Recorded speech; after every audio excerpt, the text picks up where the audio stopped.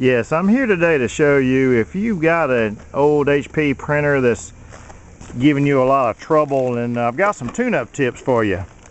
You know, things like carriage, drawer stuck, or won't pull the paper in, and darn thing's always out of ink. So, you know, I got some tune-up tips for you to show you how to handle that problem. I found the best way to start off with is trash bag, and a good board is always good, and you might have some standby tools if what you got doesn't work to start with. So now allow me to demonstrate what I think has been the best way to handle these situations for your HP printer that's giving you a lot of problems.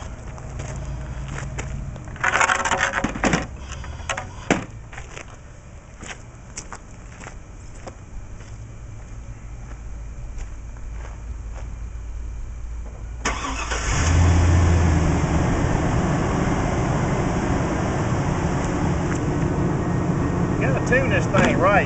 You know, it's a delicate process.